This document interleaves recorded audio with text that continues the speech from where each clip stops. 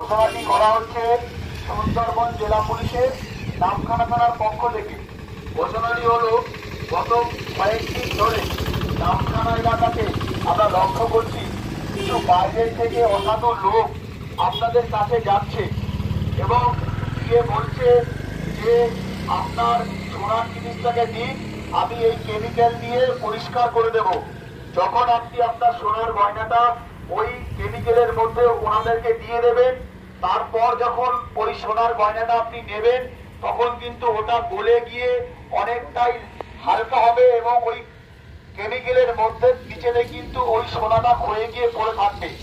এই রকম করে কিন্তু বুঝঝুঁকি চলছে।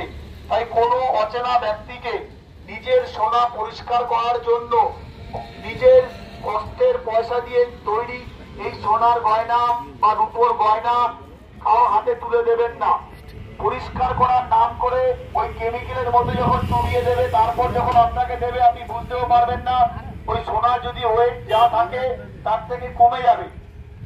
এই রকম প্রতারণার হাত থেকে বাঁচার জন্য আপনাদেরকে আমরা আগাম সতর্কতা বার্তা করছি। অচেনা ব্যক্তির মাধ্যমে সোনাকে চকচক করতে গিয়ে কিন্তু আখেরে আপনাদের লস হবে, ক্ষতি হবে।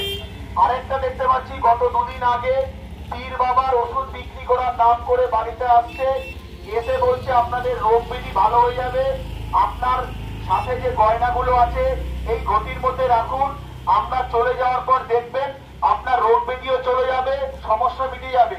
কিন্তু যখন চলে যাচ্ছে তারপর দেখছে ঘটির মধ্যে সোনাগুলো নেই। এইরকম ভাবে বুজরুকি করছে। তাই সমস্ত সুবুদ্ধি সম্পন্ন মানুষদের বলবো, আপনাদের এই প্রলোভনে পা দেবেন না। কারোর হাতে নিজের এই সোনা গয়না দেবেন না যে ওনাকে দিয়ে বলছেন আমি আপনার রোগ ব্যাধি কমিয়ে দেব। ডাক্তারের কাছে যান, ডাক্তার রোগ ব্যাধি কমাবে। এই রকম প্রচার করা হচ্ছে সুন্দরবন জেলা পুলিশের নামখানার তরফ থেকে। আপনারা যতটা সম্ভব এলাকার মানুষের সঙ্গে শেয়ার করবেন যে কোনোভাবেই অচেনা লোককে বাড়িতে ঢুকতে দেব না। এরা মূলত দুপুরবেলা যায়, দুপুরবেলা যখন ফাঁকা থাকে তখন মহিলারা বাড়িতে থাকে, তাদেরকে বলে দিন আপনার, প্রথমে বলবে আপনার বাসন কোসনকে পরিষ্কার করে দেবো কেমিক্যাল দিয়ে, দেখবে সত্যি পরিষ্কার করেছে। এরপর আস্তে আস্তে বলবে আপনার সোনাগুলো দিন, ওটাকেও চকচক করে দেবো। ওই যখনই আপনি দেবেন ওই কেমিক্যালের মধ্যে দেওয়ার কিছুক্ষণের মধ্যে ওটা কিন্তু গলে গিয়ে ওটা হালকা হয়ে যাবে।